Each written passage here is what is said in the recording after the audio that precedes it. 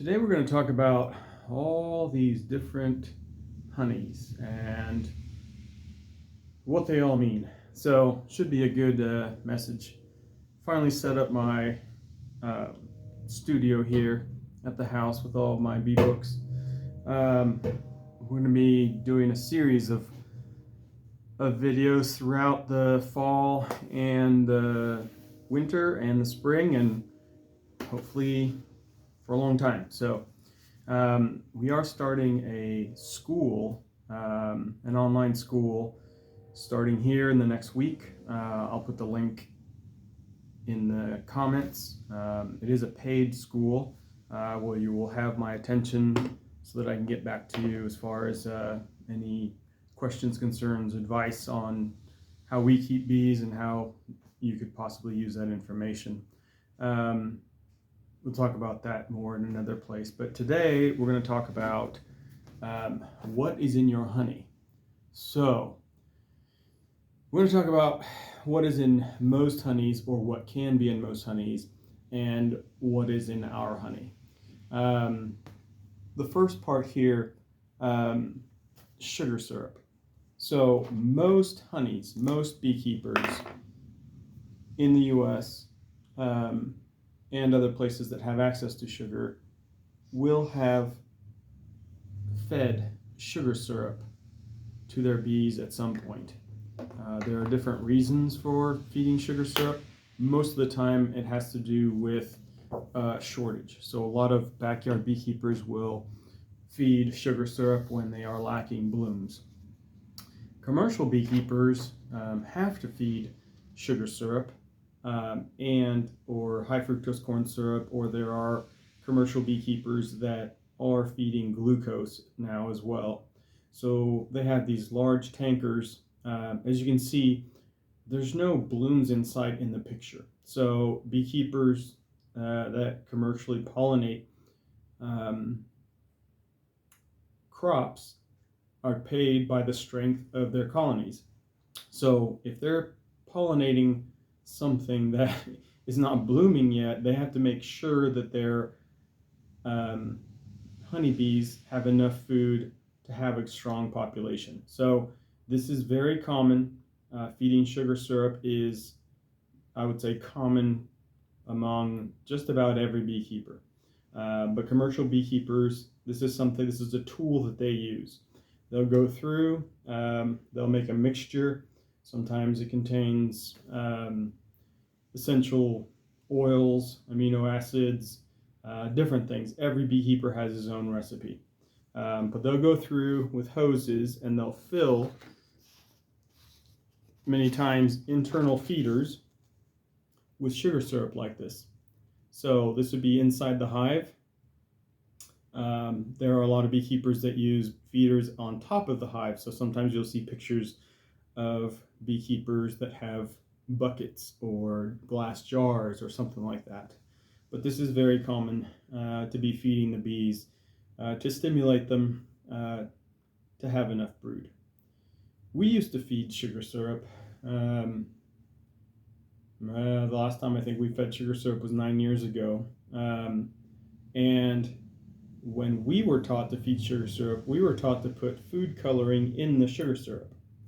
There is a term in the beekeeping industry called funny honey. There are times when, in a dearth, as you're feeding sugar syrup, the bees will actually make honey crop. And that honey is referred to in the industry as funny honey. That honey is usually not extracted and usually not sold. It is fed back to the bees. But the best way to feed, if you're going to feed, if you don't have the blooms, is to actually just put food coloring in here so that you can trace it to wherever it goes. So if it's got food coloring here, when they put it away in the cells, you'll be able to see it, and then maybe the whole frame, as you're feeding more, will actually start turning the color that you use. If you use blues and reds and yellows, which is like the baking colors, oftentimes you'll get You get all the different colors in here, like you can see some yellow and some of the blue here. Can't see any of the red in here, maybe a little bit there. But when they mix and you spin them all out, it comes out green, or like depending on what color you used, it comes out that color. So this is what would be considered funny honey. I hope that makes sense. So most beekeepers will feed sugar syrup at some point during the year. We never feed sugar syrup, ever. If we are lacking in nectar sources, we will move our bees to another farm. We're fortunate that we have multiple locations, so we have something blooming somewhere all the time. But this would be a really good question to ask if you're going to try to purchase honey from a beekeeper. Ask them if they feed sugar syrup and when. The next one is pollen substitutes. So I don't have pictures of that right now, but if you follow me on Facebook or Instagram, Napa Bees, Napa Bees, you can see some of the videos that I put out. Most beekeepers will actually feed a pollen substitute. So pollen substitute usually does not consist pollen at all.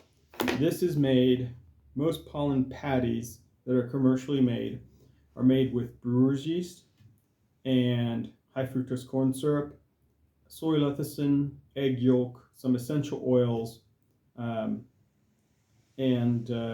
maybe some other things. But those are usually what is in a pollen patty commercially made. And those are all allergens to many humans. We never feed fake pollen substitute. Some beekeepers do feed real pollen. They'll actually make pollen patties of their own, and they'll use pollen that they've collected or that they've purchased from other beekeepers, and they will mix honey into it. So that's a level closer to not having anything foreign in the beehive. But this will be your second question. Do you feed pollen substitutes? Most of this pollen substitute will not end up in the supers. It will stay in the brood. But you'll find that a lot of beekeepers cause more problems by feeding this than not. A lot of hive beetles will attack the pollen substitute and replicate more quickly. The next one, organic or synthetic treatments. Most beekeepers do this. So synthetic treatments have been around for a long time and approved. There are different chemicals. Usually they're like chemical-laden strips that are put into the beehives to kill off the varroa mites. As of late, in the last 5 years or so, there are now organic treatments that are approved, mainly oxalic and formic acid. Those usually get either vaporized or they are dribbled onto the bees.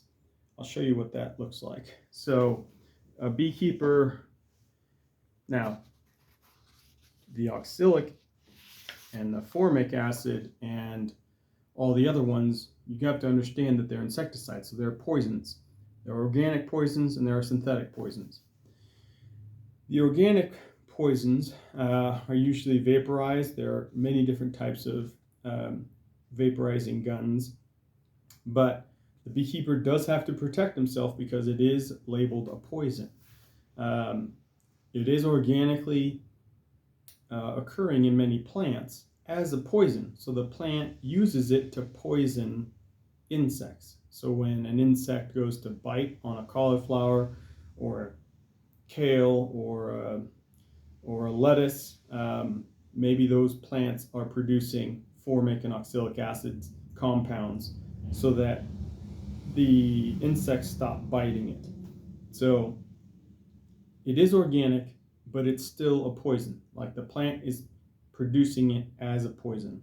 So they'll take this wand, they'll superheat the powder, and they'll basically bug bomb the hive.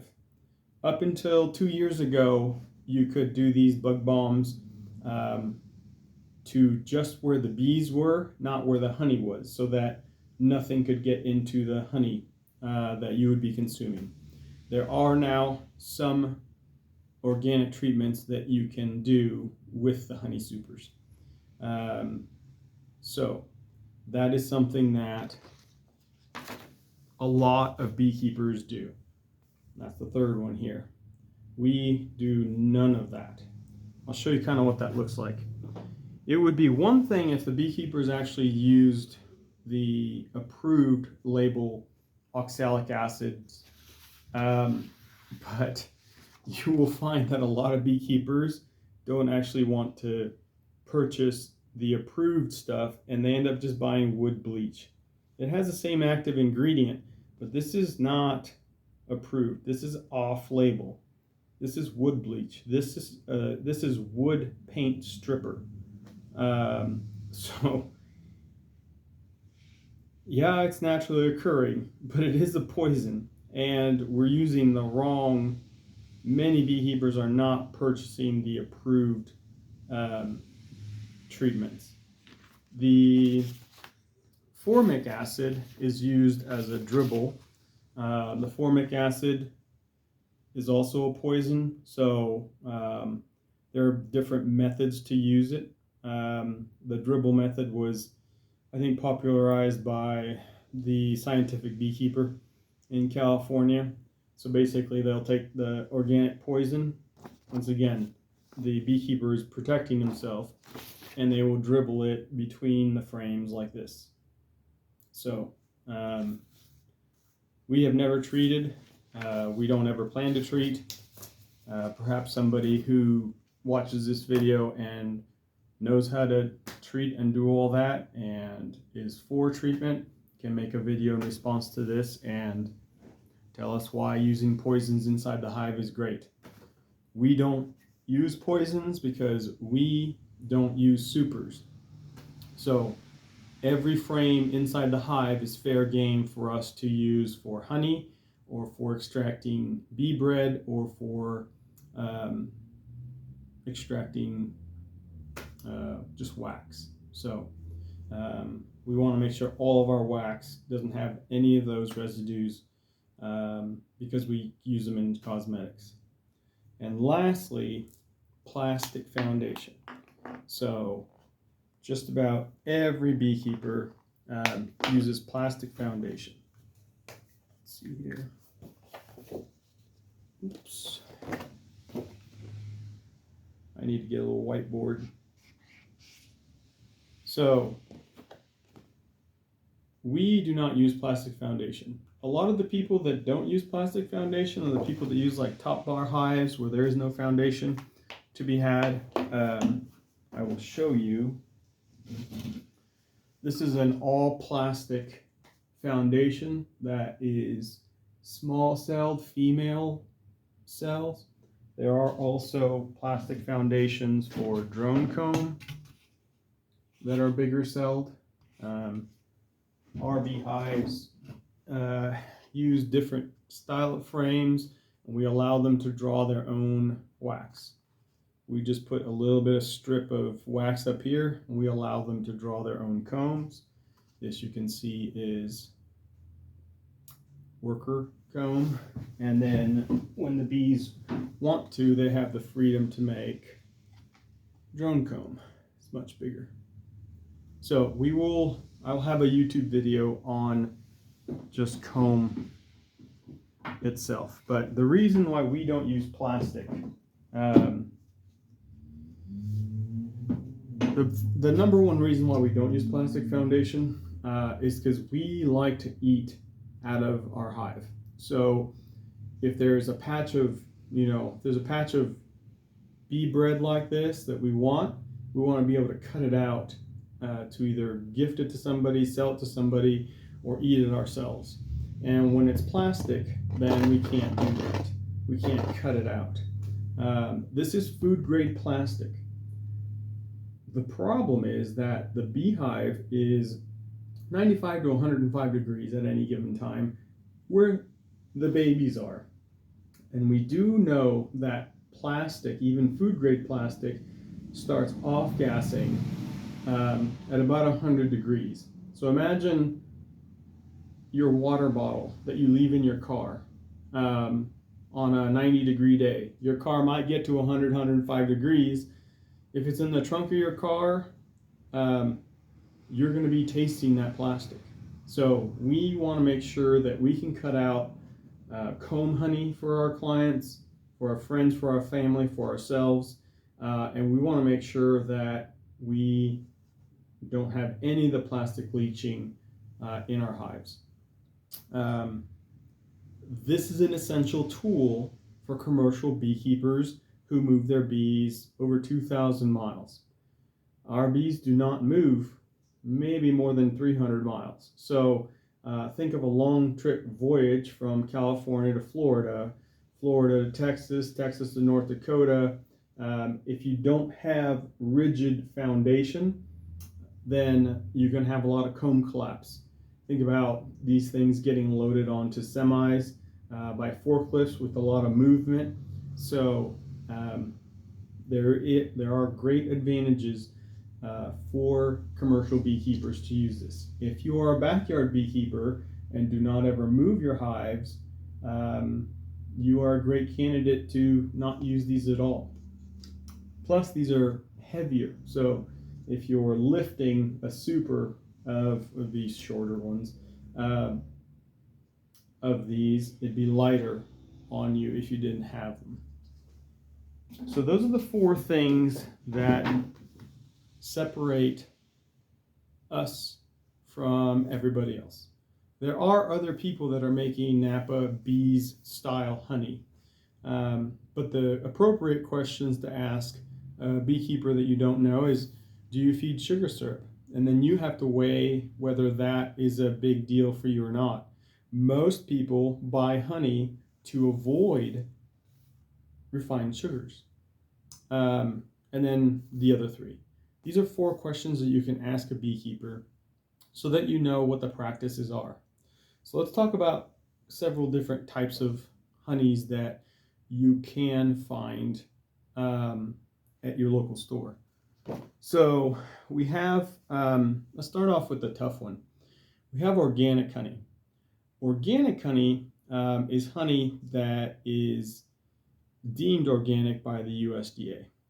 So there are only two countries that I know of, Canada and Brazil, that have enough organic fields to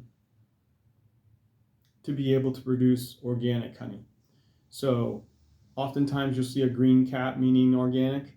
I have seen some companies use the green cap and it kind of misleads people. But organic does not mean no sugar. They can use organic sugar to feed. Organic does not mean they don't use pollen substitutes. It just means they have to use organic pollen substitutes. Organic does not mean they don't use chemicals. They just have to use the organic treatments. And then organic has nothing to do with plastic. So they usually do use plastic foundation. So your organic honey will contain very likely all four of these things. Next, honey. A couple years ago, it was more common to see honeys from many countries, where like you would take a honey that would have, for instance, this honey right here, where are we at? Says US grade A, but it says product of Argentina, Canada, and United States. 3 or 4 years ago, Poland, you would see Romania, you would see Mexico, but all the stores that I went to recently, pretty much everything says like Argentina, Canada, Brazil. You don't really see any other countries. But USA grade A doesn't mean that it's from the US. They do have to state what countries the honey comes from. So this would be like your most economical honey. Honey from different countries that was mixed to create a certain profile of color and taste. So this is like your standard most economical honey.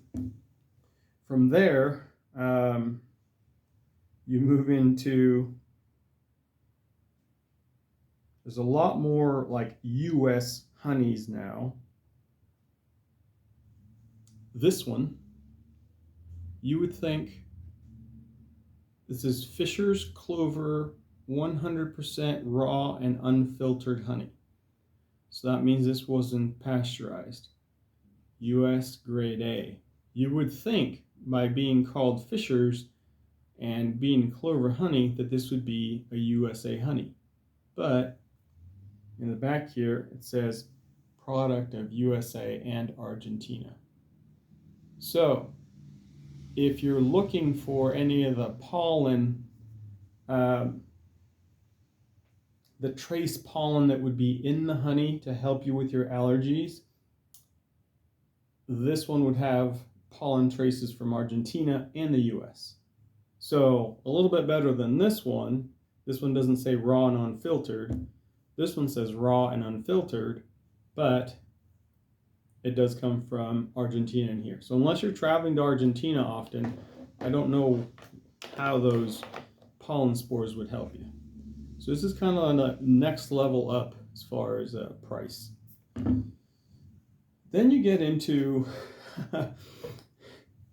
this is a really popular brand right now, the Local Hive. They've done a really good job marketing, and they've done a really good job sourcing from different places. They actually have, depending on where you're watching me, they'll actually have Local Hive, and then this says Midwest because they don't have enough like honey from Kansas. But there are states that'll say Texas, it'll say North Dakota, it'll say California, it'll say Florida. So they've done a really good job at branding and purchasing honey from the most local U.S. beekeepers possible. So raw and unfiltered, once again. So you know it's not ultra processed. 100% U.S. honey at the top. So that's good. And Midwest, this would be probably as close as you can get to us here in Kansas. A blend of refreshingly light and sweet honey from beekeepers in the Midwest. Premium 100% U.S. honey. So that just means that anywhere in the Midwest, could be Iowa, I don't know if Iowa, Missouri, Kansas, Nebraska, that would be your honey. It's the next kind of level up. We'll do a taste test of these later, and actually we are going to figure out how to send all of these into a lab to get tested. And then the most local to us as far as the company that makes them is a Barkman honey, Busy Bee. Barkman Honey is here in Kansas. They're calling there's now 2 companies that do this. America's Truly Traceable Raw Honey. So you're supposed to be able to scan the barcode and you can see where the honey came from. It says product of US, USA grade.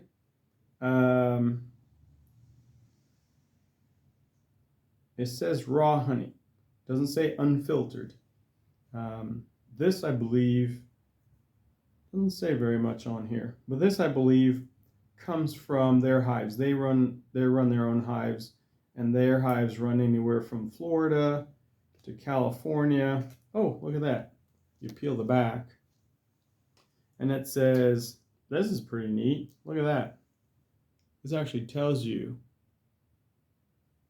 everything you need to know about this honey. So that's pretty neat. This honey's was made in 2024. The beehives were located in North and South Dakota. That's a pretty big area. That's it. That's a pretty big area, I would say. But it is closer to Kansas than, say, California honey. The bees visited mainly flowers in clover, soybeans, and aster.